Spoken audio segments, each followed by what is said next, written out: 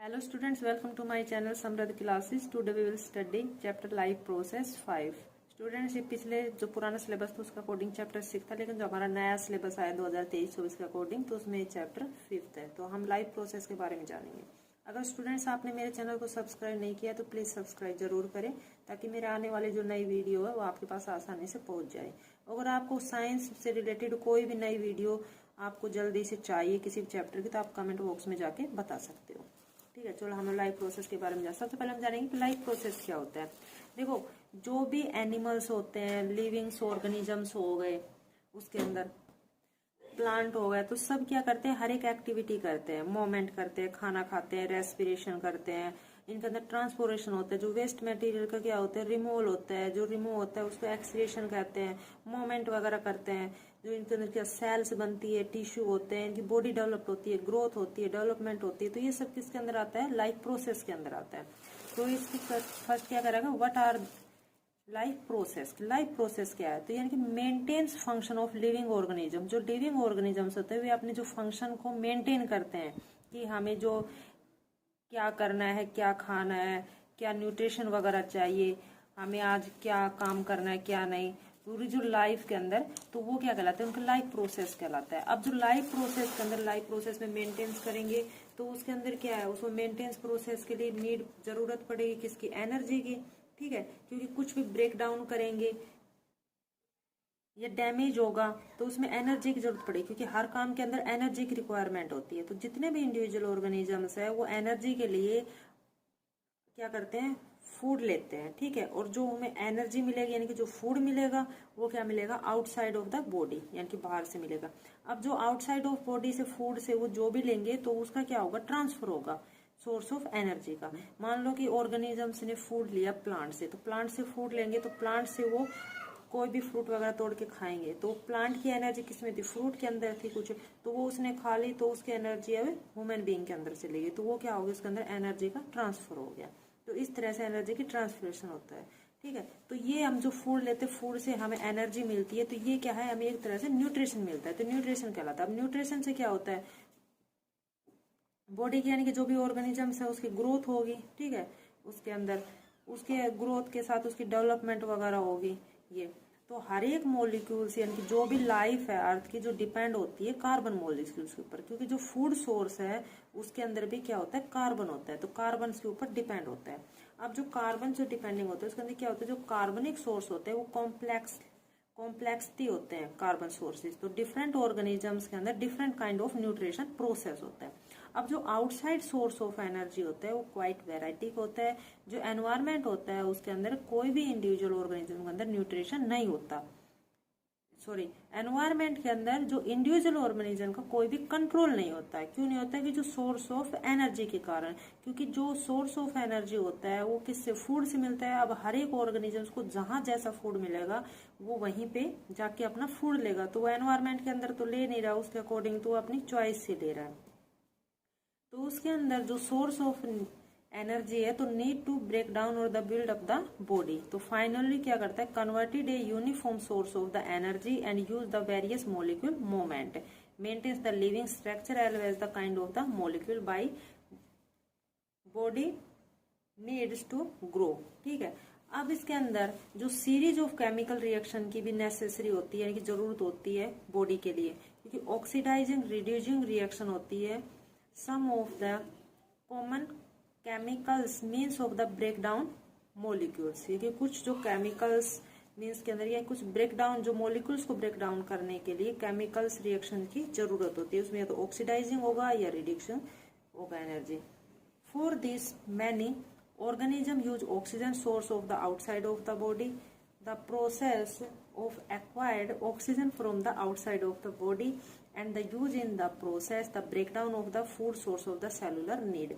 अब जो cellular needs है, जो प्लांट्स है जिसके अंदर सेलुलर प्रेजेंट होता है, उसके अंदर जो उनको क्या होती है, ऑक्सीजन की और जो कार्बन डाइऑक्साइड की क्या होती है, जरूरत होती है। तो क्या करते हैं, ऑक्सीजन को छोड़ते हैं और CO2 लेते हैं, कि ब्रेक डाउन करते हैं। ठीक है, उसी तरह से जो अदर ऑर्गेनिजम्स होते हैं वो क्या करते हैं, ऑक्सीजन लेते हैं और कार्बन डाइऑक्साइड को छोड़ते हैं। ठीक है। तो उसके अंदर क्या होगा कि बॉडी को आउटसाइड से फ्रॉम से वो ऑक्सीजन रिक्वायर्ड करते हैं। उस तरह जो हम खाना खाते हैं तो इनके कॉम्प्लेक्स सब्सटेंस में होता है जो ब्रेक डाउन हो जाता है सिंपलेस्ट सब्सटेंस के अंदर। ठीक। अब कुछ जो सिंगल सेल ऑर्गेनिजम्स होते हैं वो क्या करते हैं, जो फूड लेते हैं उनके अंदर कोई स्पेसिफिक ऑर्गन नहीं होता फूड के लिए, वो एक्सचेंज ऑफ गैसेज कर लेते हैं। एक्सचेंज ऑफ गैसेज के थ्रू अपना जो फूड लेते हैं और रिमूव कर देते हैं वेस्ट को। क्यों करते हैं इस तरह, क्योंकि उनकी जो बॉडी होती है, जो ऑर्गेनिज्म होते हैं वो डायरेक्टली कांटेक्ट होते हैं एनवायरमेंट्स के अंदर। लेकिन जो मल्टी सेलुलर ऑर्गेनिजम्स होते हैं, यानी जिन बॉडी के अंदर सेल्स, टिश्यू, ऑर्गन्स वगैरह सब कुछ प्रेजेंट हो, मल्टी सेलुलर ऑर्गेनिजम्स होगा, तो उनका जो बॉडी का साइज होगा वो भी इंक्रीज होगा। वो क्या करते हैं, इनडायरेक्ट रहते हैं एनवायरमेंट्स के अंदर, तो कॉम्प्लेक्स सब्सटेंस लेते हैं जिनका ब्रेकडाउन होता है सिंपलेस्ट सब्सटेंस के अंदर, एक स्पेशल टाइप का एक फूड लेते हैं। अब उसके बाद जो केमिकल रिएक्शंस के अंदर यूज होता है वो होता है कार्बन सोर्स के अंदर, एंड जो ऑक्सीजन एनर्जी जनरेटेड होती है तो उसके अंदर क्रिएटेड बाय द प्रोडक्ट, जो उसमें प्रोडक्ट वगैरह जो क्रिएटेड होता है तो उसके अंदर जो ऑक्सीजनेट होती है सेल्स बॉडी के अंदर, और जो यूजफुल होते हैं वो तो बॉडी क्या कर लेती है, एब्जॉर्ब कर लेती है, लेकिन जो हार्मफुल प्रोडक्ट होते हैं उसको क्या करती है, बॉडी रिमूव कर देती है। ठीक है। जो रिमूव करती है वो प्रोसेस क्या कहलाता है, एक्सक्रीशन। अब इसके अंदर जो रिमूव वगैरह होता है तो रिमूव करने के लिए जो एक्सक्रीशन सिस्टम के अंदर कुछ एक्सक्रीटिव टिश्यू और सेल्स वगैरह होते हैं इस प्रोसेस के अंदर। ठीक है। इसके अंदर जो असेंशियल जो मेंटेनेंस वगैरह में जो करते हैं। अब आता है हमारा न्यूट्रिशन।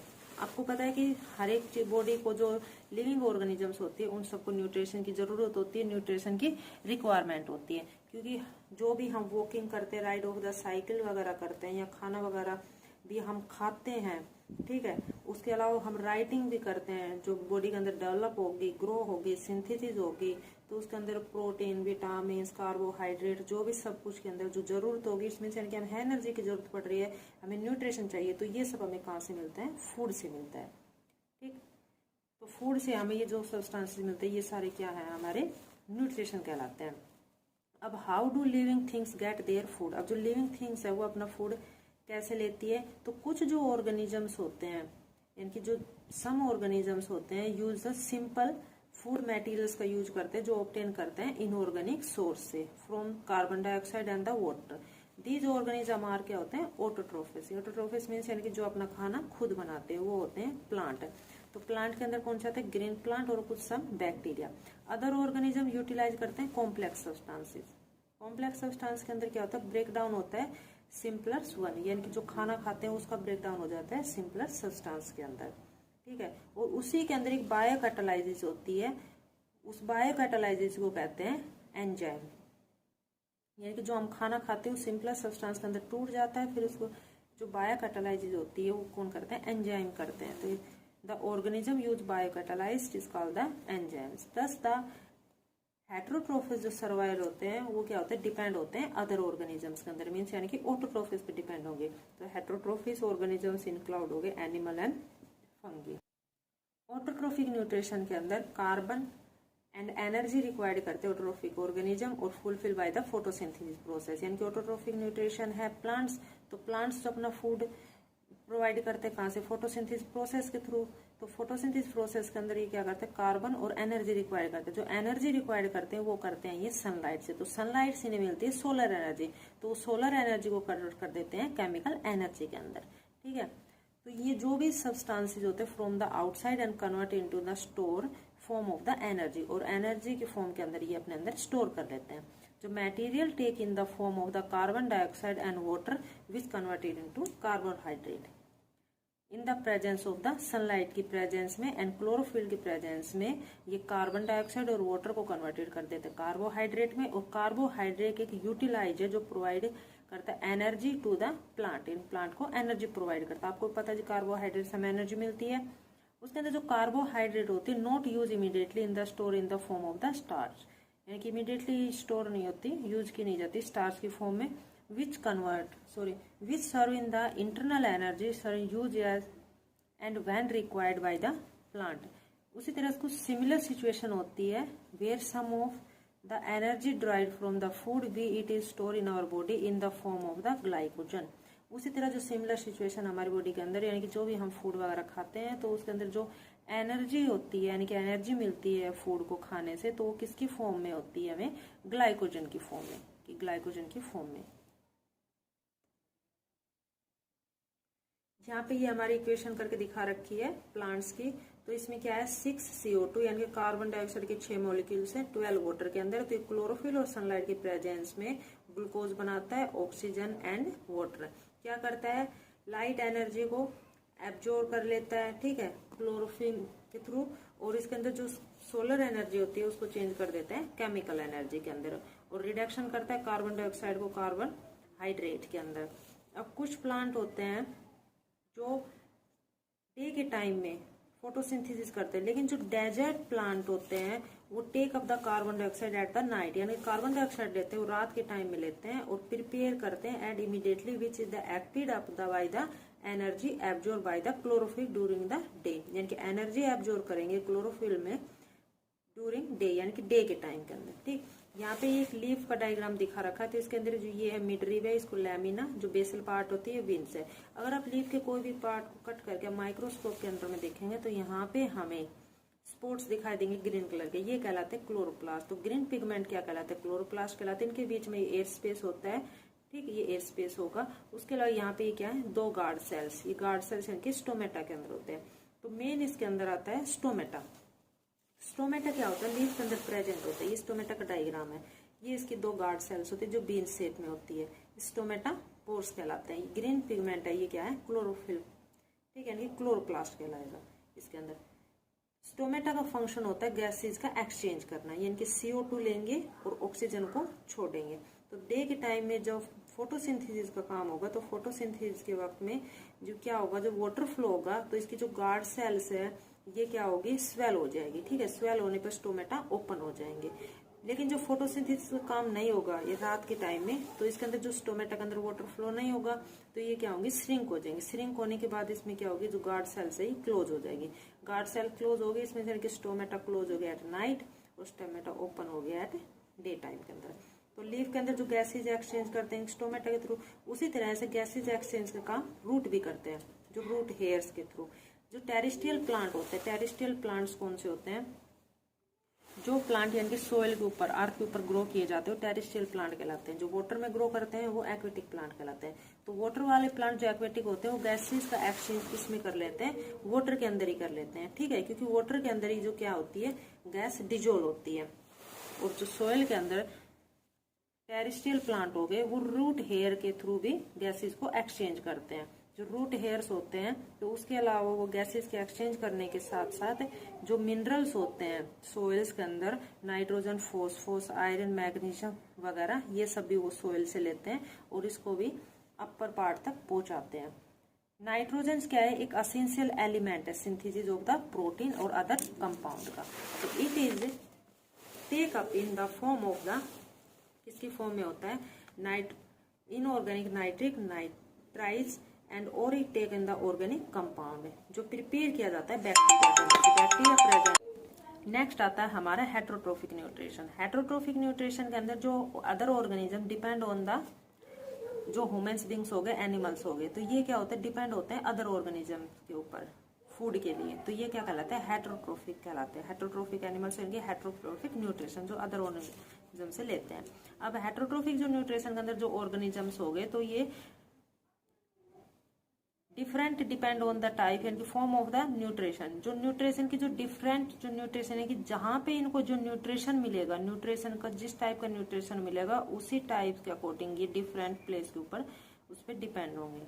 मान लो कि जब रैबिट है या फिर काव होगी, गोट हो गई, बियर्स हो गए, ठीक, ये ऑर्गेनिजम्स है, इनको जो न्यूट्रिशन है, ग्रास चाहिए, ठीक है, इनको ग्रास से न्यूट्रिशन मिलेगा, नहीं ग्रास खाने, तो ग्रास के लिए ये उसी जगह पे जाके न्यूट्रिशन लेंगे जहां पे ग्रास होगी। उसी तरह लुआइन है तो लुआइन को जहां पे इसका फूड मिलेगा तो उसी जगह पे जाके फूड लेंगे जहां पे इन्हें फूड मिलेगा, ये अवेलेबल होगा। तो ये क्या है, एक आउटसाइड न्यूट्रिशन हो गया इनका। लेकिन कुछ न्यूट्रिशन होता है इनसाइड। इनसाइड न्यूट्रिशन का जैसे फंगी होगी, ठीक है, फंगी इनसाइड न्यूट्रिशन लेगी। जैसे ब्रेड है, ब्रेड के लग जाती है, यीस्ट, मशरूम, ये सारी फंगस है, तो ये क्या होगी, जो भी जहाँ पे फंगी लग जाती है तो उस बॉडी के पार्ट के अंदर से न्यूट्रिशन लेती है। जैसे हम कहते हैं ब्रेड खराब हो गई, सब्जी वगैरह खराब हो जाती है, तो इसके अंदर फंगस बैक्टीरिया वगैरह जो लग जाते हैं तो उसके अंदर क्या करते हैं, उसके अंदर से न्यूट्रिशन लेते हैं। तो ये इनसाइड द न्यूट्रिशन। ठीक, उसी तरह से सम अदर ऑर्गेनिजम्स होते हैं जो न्यूट्रिशन लेते हैं फ्रॉम प्लांट से, एनिमल से, विदाउट किलिंग देम, यानी कि उनको मारे बगैर, उनके मारते नहीं लेकिन जो जीवित रहते हैं उसी के थ्रू से न्यूट्रिशन लेते हैं। जैसे कस्कुटा होगा, कस्कुटा अमरबेल को कहते हैं, टिक होगी, लीच होगी, टैपवर्म, ये 2 एनिमल्स हो गए। तो ये क्या करेंगे, कस्कुटा अमरबेल है, किसी भी प्लांट के ऊपर आपने देखी हुई अमरबेल होती है, अगर किसी प्लांट के ऊपर अमरबेल होती है तो क्या करती है, उस प्लांट का न्यूट्रिशन लेती है, उस प्लांट का पूरा न्यूट्रिशन सोख लेती है, तो वो प्लांट धीरे धीरे सूख जाता है। तो उसको बगैर मारे या न्यूट्रिशन लेती है उसका, तो उसका न्यूट्रिशन ले लेती है। तो ये क्या है, पैरासाइटिक न्यूट्रिटिव हो गई। ठीक है, इसके अंदर अब how do organism obtain their nutrition, कुछ ऑर्गेनिज्म न्यूट्रिशन ऑब्टेन कैसे करते हैं। अब जो food and way the obtain different, जो digestive system different in various organ, जो हर एक ऑर्गेनिज्म का जो डाइजेस्टिव सिस्टम है वो है अलग अलग है। जो सिंगल सेल ऑर्गेनिजम्स होते हैं वो अपना फूड लेते हैं एंटायर सरफेस से, बट जो कॉम्प्लेक्सिटी ऑर्गेनिजम्स होते हैं increase different part of become specialize to perform different function, यानी कि डिफरेंट टाइप के स्पेशलाइज फंक्शन परफॉर्म करते हैं। यहाँ पे एग्जांपल दे रखा है अमीबा का। अब देखो अमीबा कैसे अपना न्यूट्रिशन लेता है, ये अमीबा का डायग्राम है। ठीक है, इसके अंदर ये इसका न्यूक्लियस है, ये इसकी फूड वॉक्यूल्स है। तो यहाँ पे जो फिंगर लाइक आपको दिखा रखी है ये है सूडोपोडिया। अमीबा के अंदर ये सूडोपोडिया होती है। तो अमीबा को जो न्यूट्रिशन लेते हैं तो ये सूडोपोडिया के थ्रू लेती है, तो सूडोपोडिया के थ्रू ये एंटर कर लेती है अपने फूड को, जो रेड कलर का यहाँ पे दिखा रखा है। इसके अंदर ये होती है इसकी फूड वॉक्यूल्स, एंटर करके ये क्या करती है, जो फूड वॉक्यूल्स के अंदर अपने फूड को स्टोर कर लेती है। तो न्यूट्रिशन किसके थ्रू लेती है, सूडोपोडिया के थ्रू लेती है। तो सूडोपोडिया क्या है, एक टेम्परेरी फिंगर लाइक स्ट्रक्चर या फिंगर लाइक एक्सटेंशन कह सकते हो ऑफ द सेल सरफेस का, जो फूड पार्टिकल फॉर्मिंग होते हैं कि फूड वॉक्यूल्स के अंदर कर लेता है। अब जो कॉम्प्लेक्स सब्सटेंस होता है वो ब्रेक डाउन करता है अपने फूड को सिंप्लेक्स सब्सटेंस के अंदर, कुछ अदर ऑर्गेनिजम्स। ठीक, which then the diffuse of the cytoplasm करते हैं इस तरह से। कुछ remaining undigestive undigested material move to the surface of the cell through out। ठीक, जो रिमूव अनडाइजेस्टेड सब्सटेंस होते हैं उसको क्या कर देते हैं, रिमूव कर देते हैं कि बाहर निकाल देते हैं, थ्रू आउट कर देते हैं। जो पैरामीशियम होता है विच आल्सो यूनिसेलर ऑर्गेनिज्म, ये भी एक यूनिसेलर ऑर्गेनिज्म होता है। जो cell has the definite shape होती है, फूड टेकन करते हैं स्पेसिफिक स्पोर्ट के थ्रू। जो फूड मूव करता है स्पोर्ट से मूवमेंट कर लेता है सीलिया में और फिर कवर कर लेता है entire the surface of the cell. Cover उसके बाद जो मूवमेंट करने में सीलिया के अंदर लेने के बाद वो अपनी बॉडी को से कवर कर लेते हैं सेल्स के थ्रू। ठीक है, ये है ऑर्गेनिज्म के अंदर न्यूट्रिशन। अब आता है nutrition in the human being. Human being के अंदर न्यूट्रिशन क्या होता है, कैसे होता है। तो जो एलिमेंट्री कैनाल होती है बेसिकली एक लॉन्ग ट्यूब होती है। ठीक है, ह्यूमन बीइंग के अंदर तो एलिमेंट्री कैनाल टू एनस, देखो डायग्राम में दिखाया हुआ है,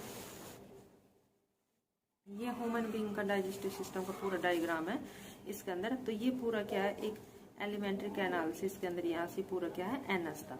तो सबसे पहले जो प्रोसेस स्टार्ट होता है वो हमारा कहाँ से होता है, माउथ से, यानी कि बक्कल कैविटी से जो हम करते हैं। तो हम सबसे पहले क्या करते हैं, फूड यानी कि खाना लेते हैं माउथ के अंदर। ठीक है, माउथ के अंदर हम फूड लेंगे तो माउथ के अंदर जाने के बाद टीथ के थ्रू हम उसको क्या करेंगे, चबाएंगे, यानी कि च्यूइंग वगैरह करेंगे, च्यूइंग गार्डिंग वगैरह इस तरह से। ठीक, फिर टंग्स के थ्रू, जो टंग क्या है एक मस्कुलर पार्ट है बॉडी का, इसके अंदर ये मस्कुलर है तो इसके अंदर ये मसल से बना हुआ है, तो इसके थ्रू मस्कुलर पार्ट से हम पूरे खाने वगैरह को, मस्कुलर टंग है जो च्यूइंग करती है। अब हमारे माउथ के अंदर क्या होती है, स्लाइवरी ग्लैंड होती है। स्लाइवरी ग्लैंड क्या करती है, स्लाइवा सीक्रेट करती है। ठीक है, जो स्लाइवा सीक्रेट होता है स्लाइवरी ग्लैंड्स के अंदर, तो ये स्लाइवरी ग्लैंड स्लाइवा सीक्रेटेड करती है जो एक वाटर की तरह होता है। तो ये फूड को क्या बना देता है, सॉफ्ट कर देता है मिक्सअप करके। यानी कि जो कॉम्प्लेक्स जब उसमें दांत के द्वारा जो हम टीथ के थ्रू जो खाने को जो चबाते हैं तो क्या होता है, कॉम्प्लेक्स सब्सटेंस में यानी कि हम तोड़ के उसके सिंपलेस्ट सब्सटेंस में छोटा छोटा उसे तोड़ देते हैं और स्लाइवा में मिक्स हो जाता है। अब जो स्लाइवा कंटेन करता है स्लाइवरी अमाइलेज, जो स्लाइवरी अमाइलेज होता है वो एक एंजाइम होता है जो ब्रेक डाउन करता है स्टार्च को। तो स्टार्च कहते हैं कि कॉम्प्लेक्स मॉलिक्यूल्स होता है जो उसको सिंपलेस्ट मॉलिक्यूल में क्या करता है, शुगर की फॉर्म के अंदर चेंज कर देता है। जो फूड क्या होता है पूरी तरह से मिक्सअप हो जाता है स्लाइवा के अंदर और माउथ के अंदर, तो वो च्यूइंग के थ्रू यानी कि जो मस्कुलर टंग के थ्रू पूरा उसमें फॉर्म के अंदर मिक्सअप होके और फिर वो उसको माउथ पास कर देता है इसोफेगस के अंदर। इसोफेगस क्या है, एक जो फूड पाइप है। अब जो माउथ के अंदर ये माउथ में फूड गया उसके अंदर ये पूरा प्रोसेस हुआ, फिर इसोफेगस में आएगा। अब इसोफेगस इसको स्टमक के अंदर पास कर देगी। अब फूड आएगा स्टमक के अंदर। स्टमक के अंदर हमारे स्टमक के अंदर होता है एसिड। एसिड कौन सा होता है, हाइड्रोक्लोरिक एसिड यानी कि HCl एसिड होता है। हाइड्रोक्लोरिक एसिड क्या कर देगा, फूड को फिर जो कॉम्प्लेक्स होता है उसके अंदर वो इसको ब्रेक डाउन करता है सिंपलेस्टिड फॉर्म के अंदर। अब इसके साथ में ही जो हाइड्रोक्लोरिक एसिड होता है उसके अंदर ये प्रोटीन डाइजेस्ट करने का एक एंजाइम होता है। प्रोटीन डाइजेस्ट करने का एंजाइम कौन सा होता है, पेप्सिन। ये प्रोटीन डाइजेस्टिव एंजाइम पेप्सिन होता है। जो पेप्सिन होता है और एंड म्यूकस। अब जो हाइड्रोक्लोरिक एसिड होता है वो क्रिएट करता है एसिडिक मीडियम। अब जो एसिडिक मीडियम होता है वो हमारा जो स्टमक होता है इसके लिए हार्मफुल भी होता है, हार्मफुल हो सकता है, जैसे हमारे स्टमक को भी इंजर्ड वगैरह हो सकता है। तो उसके लिए जो हमारे स्टमक के अंदर एक म्यूकस होती है, म्यूकस क्या होती है, एक इनर लेयर होती है, ठीक है। जो म्यूकस होती है इनर लेयर होती है, तो ये क्या करता है, प्रोटेक्ट करता है। इनर लेयर के अंदर ये म्यूकस जो इनर लेयर होती है स्टमक को प्रोटेक्ट करता है हाइड्रोक्लोरिक एसिड के अंदर, यानी कि ज्यादा एसिडिटी वगैरह ना हो जाए, कहीं कुछ एक्शन वगैरह ना कर दे, यानी कि नॉर्मल कंडीशन के अंदर रखता है। अब स्टमक ये सारा प्रोसेस होने के बाद फूड इसको फूड को पास कर देता है स्मॉल इंटेस्टाइन के अंदर, ठीक है। फिर स्मॉल इंटेस्टाइन से हमारा लार्ज इंटेस्टाइन में जाता है, फिर एनस के अंदर जाता है। तो स्मॉल इंटेस्टाइन अंदर चला जाता है। अब देखो जो स्मॉल इंटेस्टाइन्स की लेंथ होती है वो लार्ज इंटेस्टाइन्स के कंपैरिजन में ज्यादा होती है। इसकी लेंथ होती है 7.5 मीटर, ठीक है।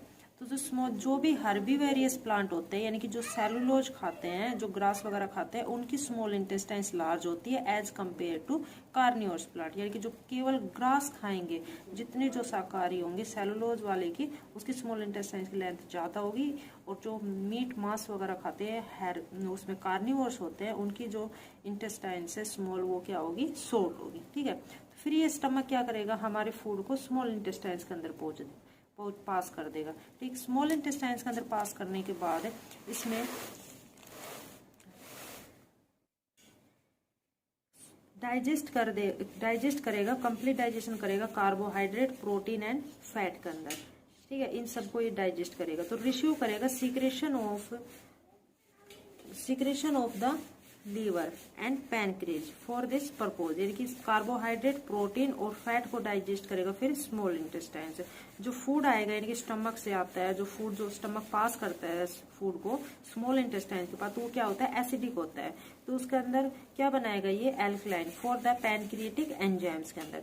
अब आता है स्मॉल इंटेस्टाइन के अंदर बाइल जूस प्रेजेंट होता है, ठीक है, यानी कि बाइल जूस आता है फ्रॉम द लिवर्स के अंदर। तो बाइल जूस क्या करता है, जो हम खाना खाते हैं, जो फैटी ऑयली खाना होता है जिसके अंदर फैट होता है, तो ये उसको बाइल जूस क्या करता है, फैट को डाइजेस्ट करता है। उसके अंदर उस फैट को डाइजेस्ट करेगा और जो लार्ज ग्लोब्यूल्स होगी उसको डाइजेस्ट करके किसमें बना देगा, स्मॉल ग्लोब्यूल्स के अंदर चेंज कर देगा, यानी कि बाइल साल्ट ब्रेक डाउन कर देगा स्मॉलर ग्लोब्यूल्स के अंदर, और फिर increase the efficiency of the enzyme action, ठीक। अब जो प्लस यानी कि इमल्सिफाई हो जाएगा फैट वाले खाने का, ठीक है, जैसे इमल्सिफाई होता है इनकी सोप का, जो आपने चैप्टर में पीछे पढ़ा था केमिस्ट्री वाले के अंदर, उसके अंदर उस टाइप से इमल्सिफाई करेगा। फिर जो पैनक्रियाज सीक्रेट करेगी पैनक्रिएटिक जूस और which contact the enzyme, pancreas secrete यानी पैनक्रियाज जूस और कुछ एंजाइम बनाएगी, ट्रैप्सिन एंजाइम जो डाइजेस्ट करेगी प्रोटीन को, और lipid break down into emulsify of the fat. Wall होती है जो स्मॉल इंटेस्टाइन की, उसके अंदर ग्लैंड होती है, ठीक है, जो सीक्रेट करेगी इंटेस्टिनियल जूस। अब जो एंजाइम प्रेजेंट होगा फाइनली जो कन्वर्ट करेगा प्रोटीन को, क्या कर देगा, अमीनो एसिड के अंदर कन्वर्ट कर देगा। जो कॉम्प्लेक्स कार्बोहाइड्रेट होता है उसको ग्लूकोज के अंदर, एंड जो फैट्स होता है उनको fatty acid and the glycerol के अंदर, ठीक है। अब इसके बाद जो स्मॉल इंटेस्टाइन्स होती है, स्मॉल इंटेस्टाइन के अंदर फिर फिंगर लाइक प्रोजेक्शन यानी कि फिंगर लाइक स्ट्रक्चर प्रेजेंट होता है, जिसको हम कहते हैं विलाई। ठीक है, विलाई क्या कर देता है, सरफेस एरिया को इंक्रीज कर देता है यानी कि बढ़ा देता है एब्जॉर्प्शन करने के लिए। एब्जॉर्प्शन मीन्स है कि वो एब्जॉर्ब करेगा जो न्यूट्रिशन हमारे लिए यूजफुल होता है। ठीक है, उसको एब्जॉर्ब करती है स्मॉल इंटेस्टाइन, तो उसको फिंगर लाइक स्ट्रक्चर होता है, उसको विलाई कहते हैं। विलाई क्या करता है, सरफेस एरिया को इंक्रीज कर देता है। तो villi are richly supply with the blood vessels, यानी ब्लड वेसल के अंदर रिचली सप्लाई करती है द एब्जॉर्ब द फूड, यानी कि जो भी हम फूड वगैरह जो एब्जॉर्ब करती है उसको ब्लड के अंदर सप्लाई कर देती है। क्योंकि जो ब्लड सर्कुलेशन होगा तो हमारा जो भी न्यूट्रिशन होता है, ऑक्सीजन होती है, सब ब्लड के अंदर मिक्स होके उसके साथ साथ हमारी बॉडी के जो अदर ऑर्गेनिज्म के अंदर जाती है। ठीक है, ये एब्जॉर्ब कर लेगा। अब उसके बाद जो ऑब्टेनिंग एनर्जी, बिल्डिंग जो न्यू टिश्यू वगैरह होते हैं वो सारे रिपेयर होते हैं ओल्ड टिश्यू वगैरह के अंदर। ठीक है, तो वो जो ओल्ड टिश्यू वगैरह होते हैं वो सारे रिपेयर हो जाते हैं फिर न्यू टिश्यू के अंदर, यानी कि एब्जॉर्प्शन वगैरह जो न्यूट्रिशन वगैरह जो मिलेगा। ठीक है, जो ब्लड वगैरह पहुंचाएंगे इसके अंदर। अब ये सारा विलाई का, ये स्मॉल इंटेस्टाइन्स का काम हो गया यहाँ पे। अब स्मॉल इंटेस्टाइन्स जो बच गया, जो भी फूड वगैरह जो अनएब्जॉर्ब, यानी कि इसने विलाई के थ्रू एब्जॉर्ब कर लिया, अब जो अनएब्जॉर्ब फूड बच गया वो पास कर देती है वो लार्ज इंटेस्टाइन्स के अंदर। लार्ज इंटेस्टाइन्स पास करने के बाद जो लार्ज इंटेस्टाइन्स क्या करती है, इसकी वॉल होती है वो एब्जॉर्ब कर लेती है मोर वाटर को फ्रॉम द मटेरियल, यानी कि जो मटेरियल बचता है उसके अंदर जितना भी मोर वाटर होता है उसको एब्जॉर्ब कर लेती है। और उसके अलावा जो बचा हुआ मैटर होता है, जो भी मटेरियल वगैरह जो बच गया, वेस्ट प्रोडक्ट वगैरह, ठीक है, वेस्ट फूड वगैरह जो हमारे लिए जो यूजफुल वगैरह नहीं है, हार्मफुल है, वो सारा रिमूव कर देता है। और वो रिमूव किसके थ्रू करती है, यानी कि एनएस के पास पहुंचा देती है उन सबको। तो एनएस के थ्रू फिर क्या हो जाता है, हमारा जो एक्सक्रीटरी सिस्टम होता है उसके थ्रू क्या होता है, बाहर निकल जाता है। ये था हमारा डाइजेस्टिव सिस्टम। ठीक है, इसके अंदर प्रोसेस के अंदर एक माउथ से गया, फिर माउथ से इसोफेगस, इसोफेगस ने फिर स्टमक के अंदर पास कर दिया, स्टमक ने स्मॉल इंटेस्टाइन से, फिर लार्ज इंटेस्टाइन से, फिर इसके क्या हो गया, एनएस के थ्रू ये क्या हो गया, बाहर आ गया। ठीक है, ये हमारा डेंटल कैरियर्स के बारे में बता रखा है, तो टूथ के बारे में, यानी कि टूथ देखिए, जब भी हम जो डेंटल्स वगैरह कहते हैं खाना वगैरह खाने के अंदर, तो हमें हमेशा जैसे ब्रश वगैरह क्लीन करने के लिए कहते हैं, क्योंकि हमारे मुंह के अंदर क्या होता है, सलाइवा होता है, सलाइवा प्रेजेंट होता है। तो सलाइवा क्या करता है, माउथ के अंदर जो दांतों के ऊपर, जो टीथ के ऊपर सलाइवा जाता है, तो उसका न्यूट्रिशन वगैरह न्यूट्रलाइज करता रहता है। ठीक है, लेकिन जब खाना खाते, ब्रशिंग वगैरह नहीं करते, ब्रश नहीं करते, टूथपेस्ट वगैरह नहीं करते, तो इसके अंदर क्या होता है, जो बैक्टीरिया होता है वो हमारे टीथ के ऊपर बैठ जाते हैं और वहां पे कवरिंग लेयर से बना लेते हैं उसमें। तो कवरिंग लेयर्स के अंदर क्या होता है, जो प्लग लग जाता है, यानी कि कवर से हमारा प्लग लग जाता है और सलाइवा न्यूट्रलाइज नहीं कर पाता, और फिर उसके अंदर माइक्रो ऑर्गेनिजम्स वगैरह इकट्ठे हो जाते हैं, और जिस जो बैक्टीरिया बैठ के वहां पे क्या करते हैं, एसिड बनाते रहते हैं, यानी कि जब हमारा पीएच लेवल ज्यादा हो जाएगा, एसिडिक हो जाएगा, तो हमारे माउथ से फिर क्या होती है, स्मेल आने स्टार्ट हो जाती है। ठीक है, तो इस सलाइवा का जो रोल वगैरह नहीं हो पाता, इसलिए हमें कहते हैं कि जो प्लग नहीं होगा, यानी कि बैक्टीरिया हट जाएगा, तो इसलिए हमें हमेशा ब्रश करते रहना चाहिए। ठीक, नेक्स्ट आता है हमारा रेस्पिरेशन। रेस्पिरेशन सिस्टम के अंदर क्या होगा कि जो न्यूट्रिशन वगैरह होते हैं ऑर्गेनिजम्स के अंदर, जो हमने लास्ट अभी जो पढ़े न्यूट्रिशन वगैरह ये सब लेते हैं, उसी तरह से हम जो रेस्पिरेशन करते हैं लाइफ प्रोसेस के अंदर। तो रेस्पिरेशन के अंदर क्या होगा, इसमें डिफरेंट वे होगा, कुछ यूज ऑक्सीजन करते हैं, ब्रेक डाउन तो ग्लूकोज, यानी कि ग्लूकोज को ब्रेक डाउन करने के लिए हम ऑक्सीजन का यूज करते हैं into carbon dioxide and water. कि some use oxygen to break down glucose completely into carbon dioxide and water. अब some use other pathway that do not involve oxygen, कुछ जो पाथवे में ऑक्सीजन का involve नहीं होता, लेकिन जो ऑल केसेज होते हैं, इनकी फर्स्ट स्टेप होता है break down of glucose a 6 carbon molecule into a 3 carbon molecule, यानी कि 6 कार्बन मोलिक्यूल्स को 3 कार्बन मोलिक्यूल्स के अंदर उसमें ब्रेक डाउन कर देना, ये क्या कहलाता है, पायरूवेट कहलाता है। ठीक है, अब जो पायरूवेट ये जो प्रोसेस होता है take place in the cytoplasm, cytoplasm में होता है। द पायरूवेट में बी कन्वर्टेड इनटू जो इथेनॉल एंड कार्बन डाइऑक्साइड। इस प्रोसेस के अंदर, यानी कि जो यीस्ट होता है, यीस्ट के अंदर जो पायरूवेट होता है ड्यूरिंग फर्मेंटेशन के टाइम में अंदर, तो इस प्रोसेस में क्या होता है, अब्सेंस ऑफ द एयर, यानी कि ऑक्सीजन के अब्सेंस में होता है, तो ये क्या कहलाता है, एनोरोबिक रेस्पिरेशन। ठीक है, अब जो break down of the pyruvate using oxygen take place in the mitochondria. देखो यहाँ पे डायग्राम में आपको बता रखा है, इसमें देखो आप, यहाँ पे ये ग्लूकोज है। ठीक है, यानी कि ग्लूकोज के अंदर कितने हैं, 6 कार्बन है। अब 6 कार्बन को साइटोप्लाज्म के अंदर क्या होता है, ब्रेक डाउन कर देते हैं 3 कार्बन के अंदर।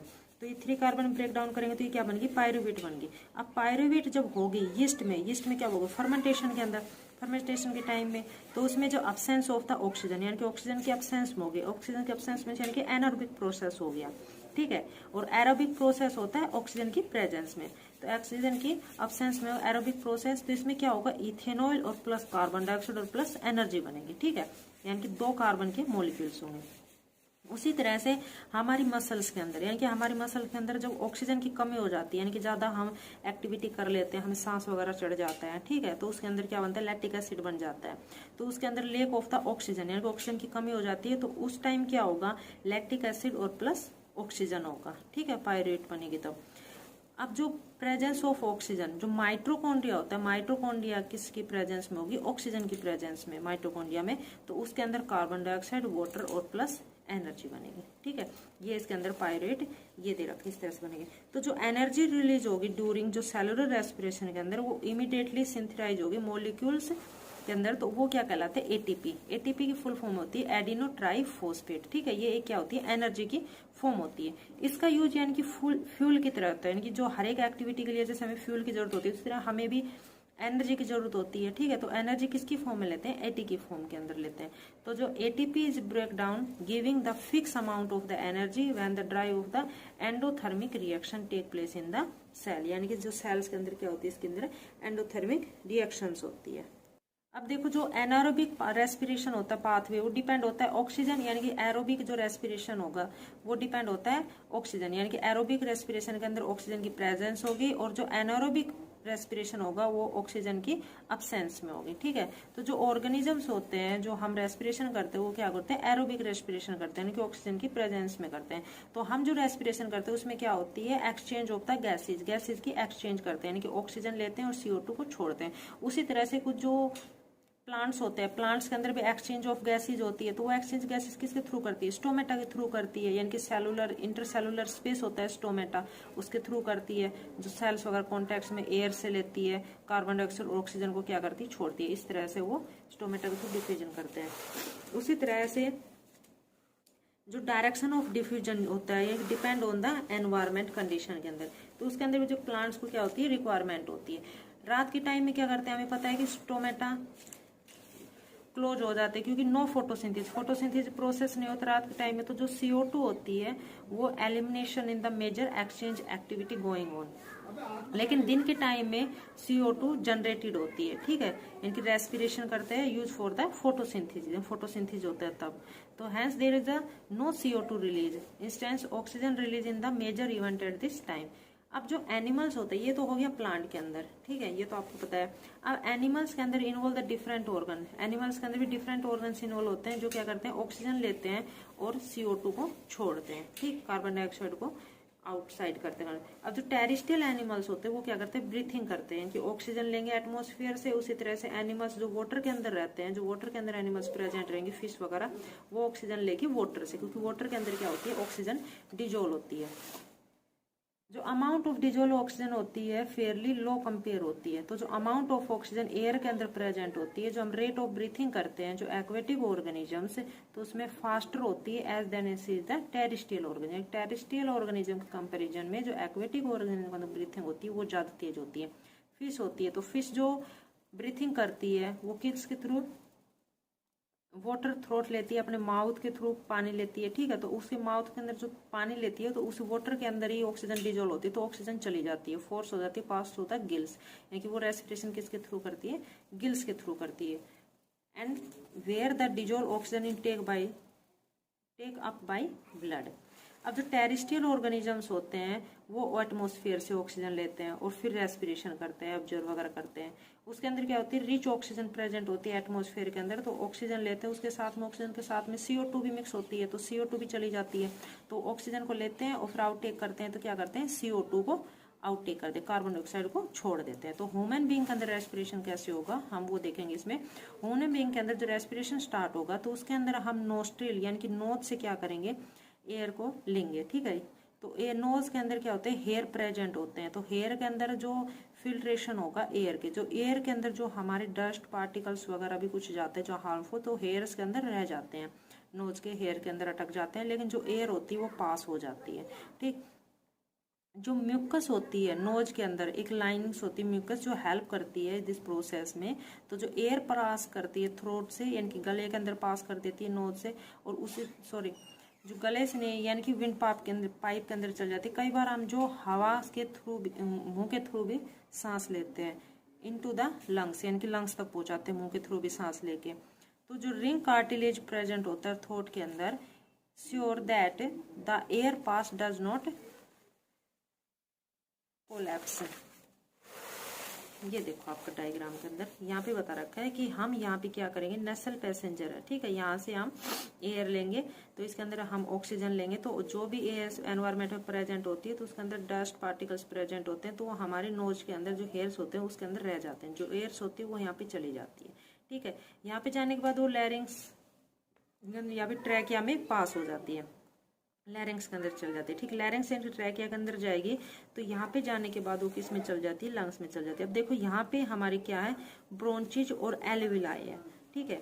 ये हमारी ब्रोंची होगी और यहाँ पे ये हमारी क्या है, एल्विलाई सैक है, ठीक है। इसको एल्विलाई सैक कहते हैं। ये क्या है, जो रेड कलर की आपको बलून लाइट में दिखा रखी है, एल्विलाई दिखाती है। यानी कि जब इसके अंदर जब पास करेगी तो जो एल्विलाई क्या है, बलून लाइक स्ट्रक्चर है, ठीक है, जिसको एल्विलाई कहते हैं। ये एक सिंगल एल्विलस होगी। तो एल्विलाई प्रोवाइड करते हैं कि सरफेस को जो गैसेज हम जब अंदर लेते हैं, हमारे अंदर गैस जाती है तो एल्विलाई के अंदर जो गैस जाएगी तो ये क्या करेगी, बलून की तरफ फूल जाती है।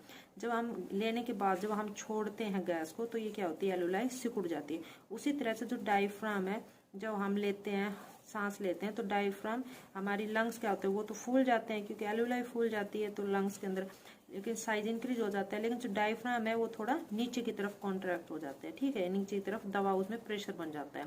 लेकिन जब सांस छोड़ते हैं तो ये ऊपर की तरफ अपवार्ड की तरफ आ जाता है, यानी कि अप डाउन इस तरह से डायफ्राम होता रहता है। हम ब्रीथिंग करते हैं कि सांस छोड़ेंगे तो डायफ्राम नीचे आएगा और सांस छोड़ेंगे तो डायफ्राम ऊपर की तरफ जाएगा और जो सांस लेंगे तो डायफ्राम नीचे की तरफ आ जाएगा।